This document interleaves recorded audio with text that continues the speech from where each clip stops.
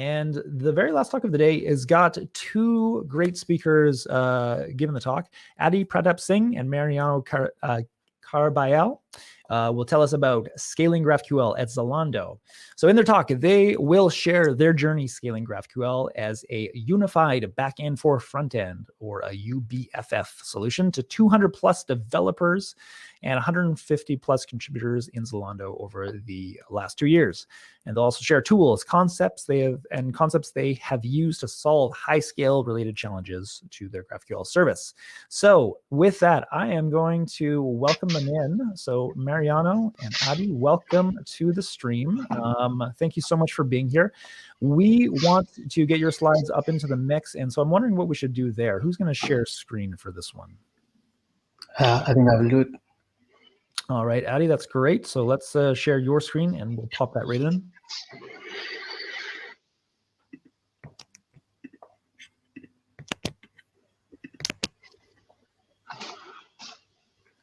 All right, so I believe we've got it here. And Natalia, if you want to juggle things around there so that we've got two of them. Just give us 1 sec here while we get sorted. All right, I think we're good to go. So without further ado, I'm going to give the stage to Adi and Mariano. Welcome. Cool. Thanks, Sam. Hello, everyone. Today here we are here to present scaling GraphQL at Zalando. So we had some really cool talk before us with Tiny GraphQL and with Urkel. So now we'll share more into the scaling problem of GraphQL, especially if you are a larger organization or a mid to largely growing organization. Brief introduction for us. So hi, I'm Aditya. I'm the engineering manager for the edge routing and GraphQL platforms team at Zalando. And I'm Mariano, software engineer at Zalando as well, part of the platform engineering team. Good.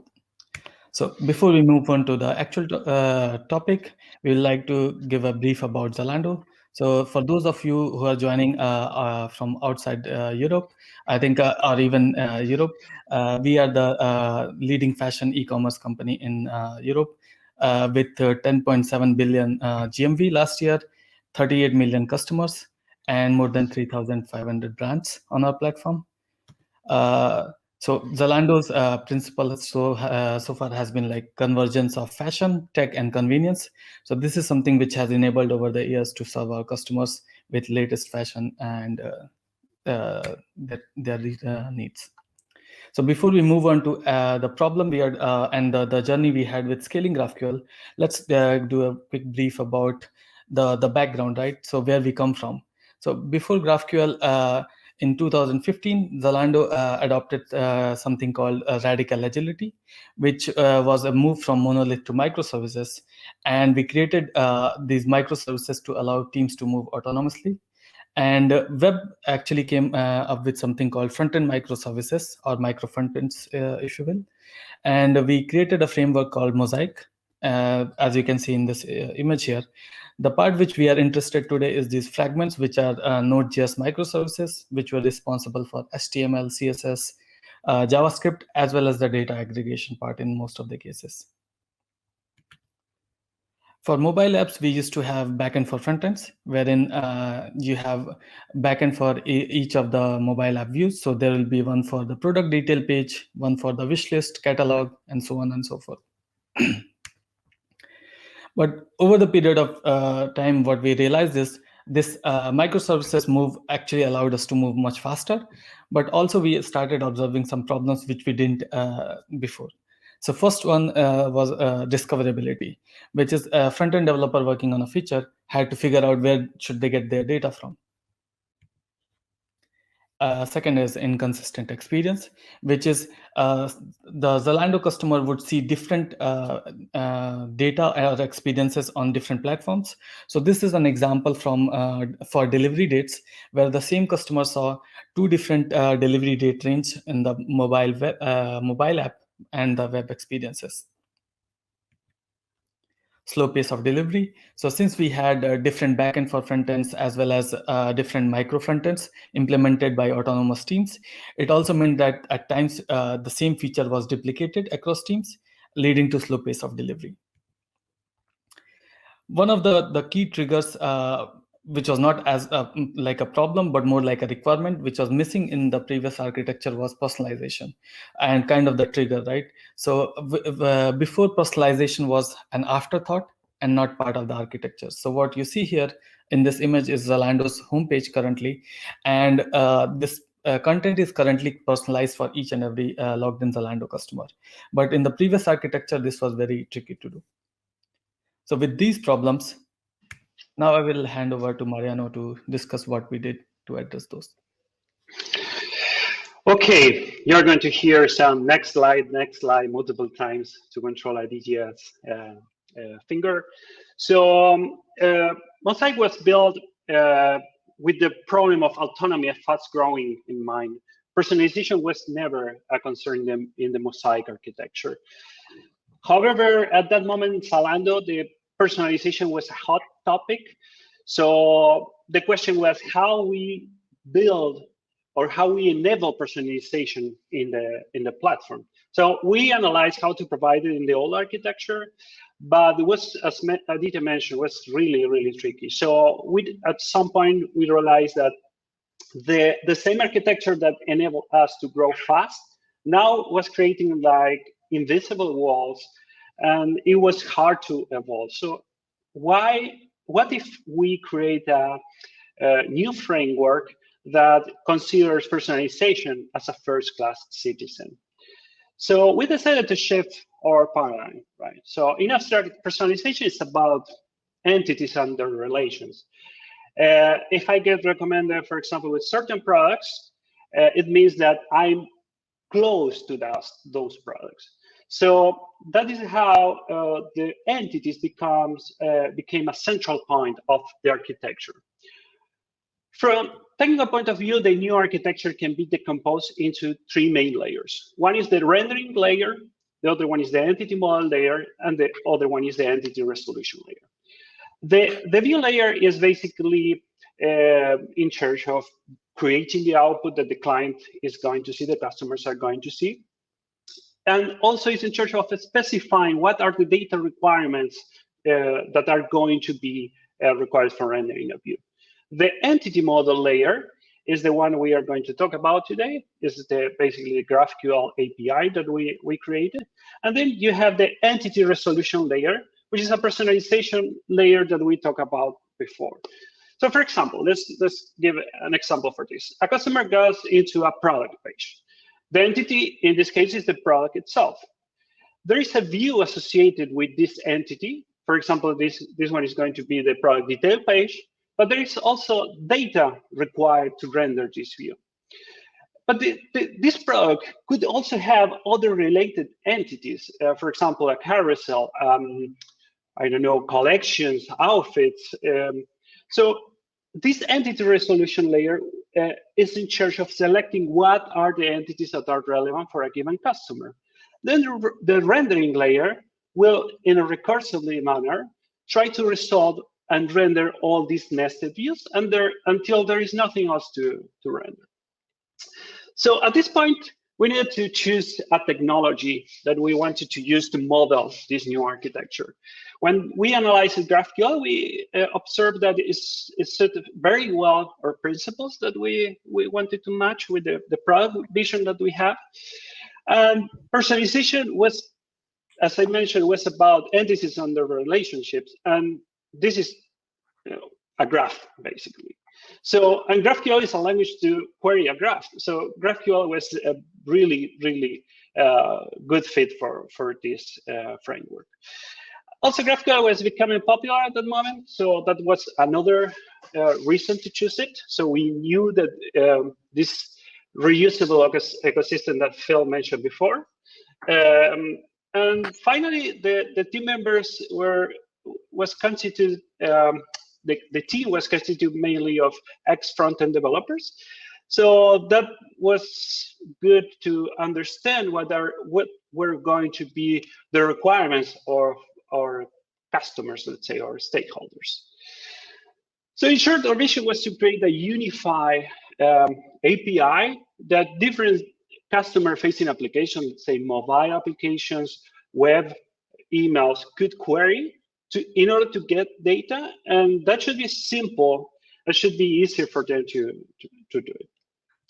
With this, this basically addresses the problem that Aditya mentioned before, right? Like inconsistencies, this problem of personalization, and so on. So at this point, we decided to create the POC. The POC was this collection page that you can see in the right side of the screen. It was a good choice because it doesn't receive so much traffic, so actually it was a good start. So we perform an A/B test between the old and the new framework, and the results were a little bit disappointing. Like say, all the KPIs were worst in the new architecture. And when we dug into and we tried to figure out what was happening, we observed that the performance was the main reason. So let's start to see what were the stack choices that we made. So the first setup was basically Express and Apollo. So as I mentioned, the performance wasn't good. So the first intent was, okay, let's shave these layers off. So we remove Express and we remove Apollo, and we end up with Node HTTP server, a vanilla vanilla Node HTTP server plus GraphQL.js. And we observe a small improvement, but nothing that will allow us to go to production. So at this moment, we were about to hit a wall. It was impossible to roll out that in production with this kind of performance. So we did some performance tests to understand why we got such bad performance results. And we found that most of the CPU time was spent on the GraphQL execution engine, specifically on the parsing and the validation part. Our main client, that was this rendering layer, was issuing big batches of small queries. And this, of course, caused a lot of overhead. It was simply too much for the servers that were around at that moment. So one of our colleagues, his name is Rui, had a really clever idea. What if instead of paying the cost of this execution at runtime, we move that cost ahead of time? That is how GraphQL JIT was created. Basically, the GraphQL JIT is an execution engine, a GraphQL execution engine that compile these GraphQL queries, persist them, and generate JavaScript code. That JavaScript code is then executed later in time. Whenever you give an ID to this server, that is going to basically execute some JavaScript code, just to make it more clear. GraphQL JIT means no GraphQL. So there is no GraphQL in GraphQL JIT. You just have an ID and you execute JavaScript code. Everything related with GraphQL happens before. We did some benchmarks and the results were shocking. So the throughput of the server was enough to unblock the project, of course. And we were able to continue and deliver the first POC to production. So there is a very nice talk. This engine was presented in the GraphQL Conf 2019, in the GraphQL Conf in Berlin 2019. So if you want to check it, we are going to share the links later at the end of this talk. Once we finished with this, we started adding more and more use cases. At some point, we started to observe that the event loop lag, for those that are not familiar, the event loop lag is a measurement of performance in Node.js applications. It started to increase. So again, we did some performance tests, and we find that most of the CPU time was spent on JSON parsing. So how do you optimize JSON parsing? Node.js that does a really good job there. So how do you optimize that? Well, the answer is simple: do less of it. So GraphQL solves the problem of underfetching and overfetching between clients and the GraphQL server. But what about the communication between the GraphQL server are the backend services. In this case, we have a bunch of microservices that we are connecting to. Ton of them. I don't remember. It's 20, Ari? I don't know. 100 now? It's more than 60 right now. Yeah, there is a lot of them. One of the most common options to optimize that is batch. So basically, you have a get by ID operation in the server, and you, instead of doing one call per ID, you are fetching, you do everything at once. So instead of performing 10 requests, you do only one. So still, you can get more data that you need. Suppose if you only need the name of a product. In a common REST implementation, I will perform this get by ID operation, and I get the full product representation.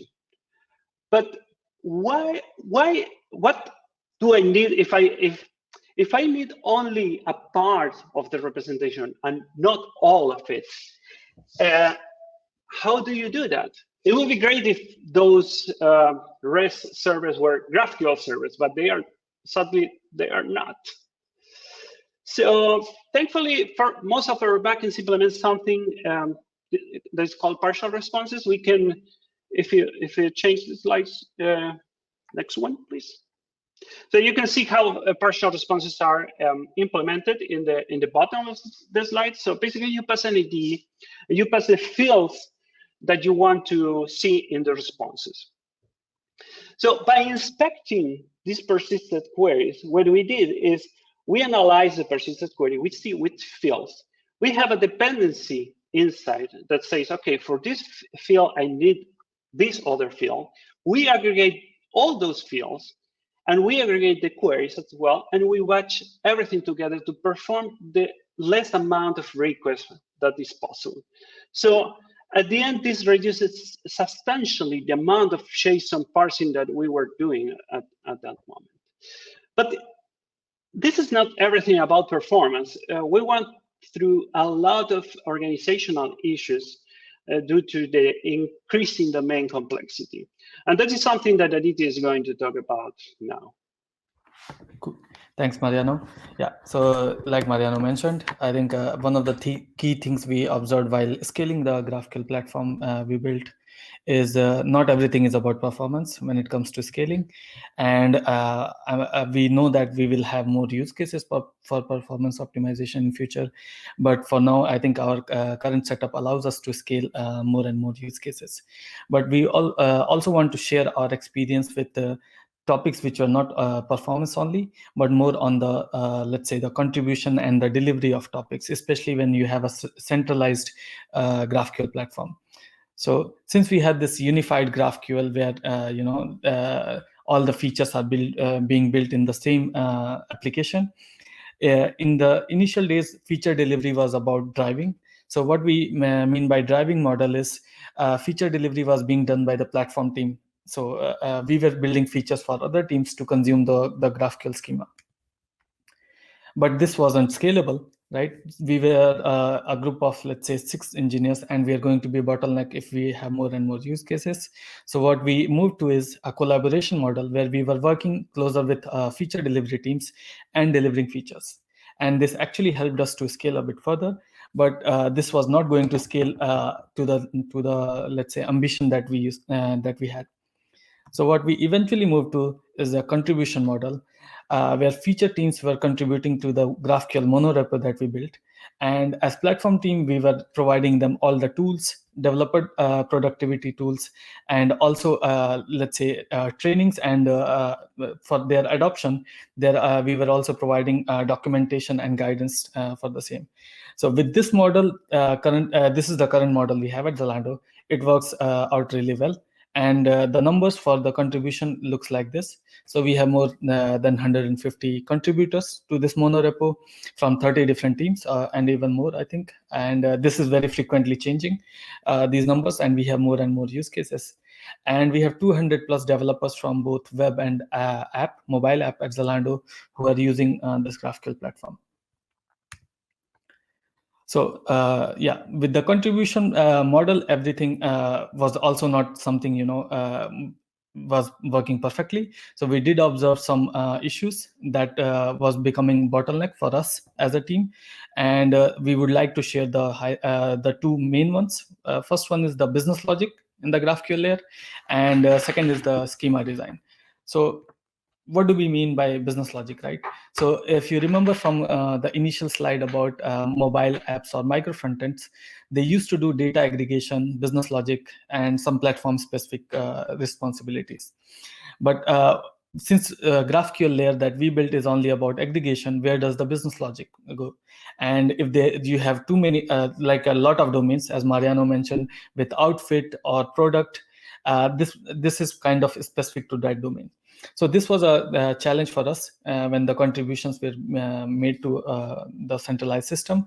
And in order to address this, we actually built a very comprehensive integration guideline, which provides do's and don'ts, basically, for what can go into the GraphQL layer and what needs to be handled by the domain teams. Coherent schema design. So I think this analogy of the elephant and blind people, this is very representative of the coherent schema design problem, where people had only understanding of their own domain and not the whole unified schema, right? But for a front-end developer, they would want to understand, look at the GraphQL from a single point of view and not domain specific. So what we did is we created API design for the schema, GraphQL schema, and we use schema linters to enforce those API design as part of the build pipeline. And this has helped us a lot in terms of scaling and not having to, providing these feedbacks very manually. In terms of developer experience, so we use persisted queries, as Mariano briefly pointed this. And what we did is we created this persisted query browser, which allows the developers using GraphQL to actually do a lot of commonly used features that they need on their own. So we have not shared everything that we have done and we are doing in terms of developer experience, but let's say the main ones which have helped us a lot, including this browser. And if you can see in this view, we already provide at persisted query level monitoring and open tracing and ability to directly run this inside the GraphQL IDE and many other functionality at each and every IDE level, each and every persisted query level. And in future, we also can use this and extend further developer experience tooling around it. In terms of observability, as I mentioned in the previous one, this is a screenshot from one of the open tracing views, dashboards that we have. And this is auto-generated. So if you are someone using GraphQL, this comes out of the box for you. Same goes with monitoring. So these matrices are generated at every query level.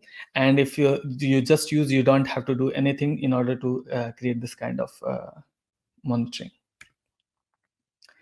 In terms of figures, so currently we are serving more than 80% of Zalando's web use cases. So for those of you who are aware, as Zalando has a huge traffic, and this 80% use cases are already being served from this GraphQL platform, and more than 50% of mobile app use cases, and even further growing, because we are committed to moving all the web and app use cases to this common GraphQL platform.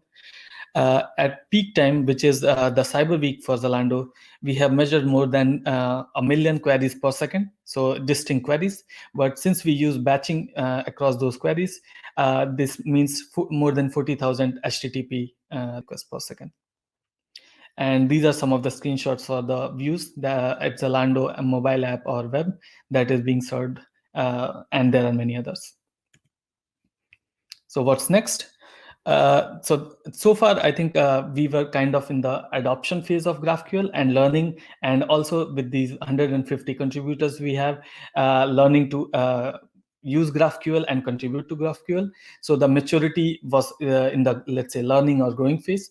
But we are now at a time, at a stage where we see that a lot of teams and a lot of contributors are already mature enough, and we are thinking about federation. So if you're a large organization or a quickly growing organization who wants to use federation, I think our experience says that first, I think using it in a way where there is a team responsible for the schema would be better before jumping onto federation. But this is the point where we want to also explore federation, and we'll see what happens next. So some of these topics we only touched in a very brief manner, but we have a lot to share in each of these concepts and tools, and we'll share further. One way we are doing it right now, and we have this blog series for Zalando GraphQL blog post, where we share these topics in details. So the look ahead which we shared here is also added as a blog post, and if you want, we will share these links with everyone, so you can find it in detail, and more topics to come in near future. Yeah, and we are hiring. So we are hiring for software and senior software engineer positions. And if any of these topics excite you or is interesting for you, feel free to reach out. Even if you have questions and you're not just looking for applying, we are more than happy to answer any of the questions you have. And that's it. Thank you. You're mute. Sorry about that. Thank you both so much for your talk. That was really great. Appreciate you doing the talk and staying a bit past time to do that. We have a few questions if you're okay with answering those. Let me pull them up here. Here's one from David. Did you consider running GraphQL as a Lambda function? I'm not sure if the context for that would be apparent or not, but any thoughts about GraphQL as Lambda functions? Did you do you want to answer, Adi? Yeah. Or should I? I can take it. Go. Yeah. Yeah. So Lambda functions, we have discussed about GraphQL as Lambda, and I think the architecture at Zalando, since we use Kubernetes for deploying applications, it already allows us to go as granular as we would want. But since we don't see us going granular when it comes to the GraphQL platform, at least in the near future, and we have a unified schema, going with Lambda didn't seem like the right fit for us. Got it. All right, cool. We've got another one here from Hendrik. Is GraphQL JIT turned off in development, or do queries have to be compiled first? Does this slow down development? Go ahead, Adi. You can take it. So it's turned off in development, yes. The JIT part comes into picture when the users of the query want to persist. So we have this environment called Graphql Preview. Actually, one of the things to share about JIT and persisted queries is we don't allow actual queries to run in production. So we have to, this is something which we deliberately chose, and only persisted queries are allowed in production. So in development mode and in preview, actually developers can run the actual query. They don't need to compile with GraphQL JIT. But this is only needed in production to avoid these performance bottlenecks that we used to have. Okay, excellent. We got one more that just popped in here, maybe slightly tangential, but nice articles. Do you use some app for illustrations? Yeah, it's Excalibur. It's getting pretty popular. Okay, excellent. Oh, there's another one here. Which ORM are you using? Prisma? Also, is your whole backend stack in Node.js? ORM we aren't using, actually. We do have a Postgres server, but that's just for saving these persisted query IDs that Mariano was explaining. Since we are a stateless application, we only integrate with backend services. So Zalando had a lot of backend services and domain backends, let's call them. So we integrate with them. So we did not need an actual ORM use case for us so far. Perfect. Okay. Excellent. Well, that's about it for questions. So thank you both so much again.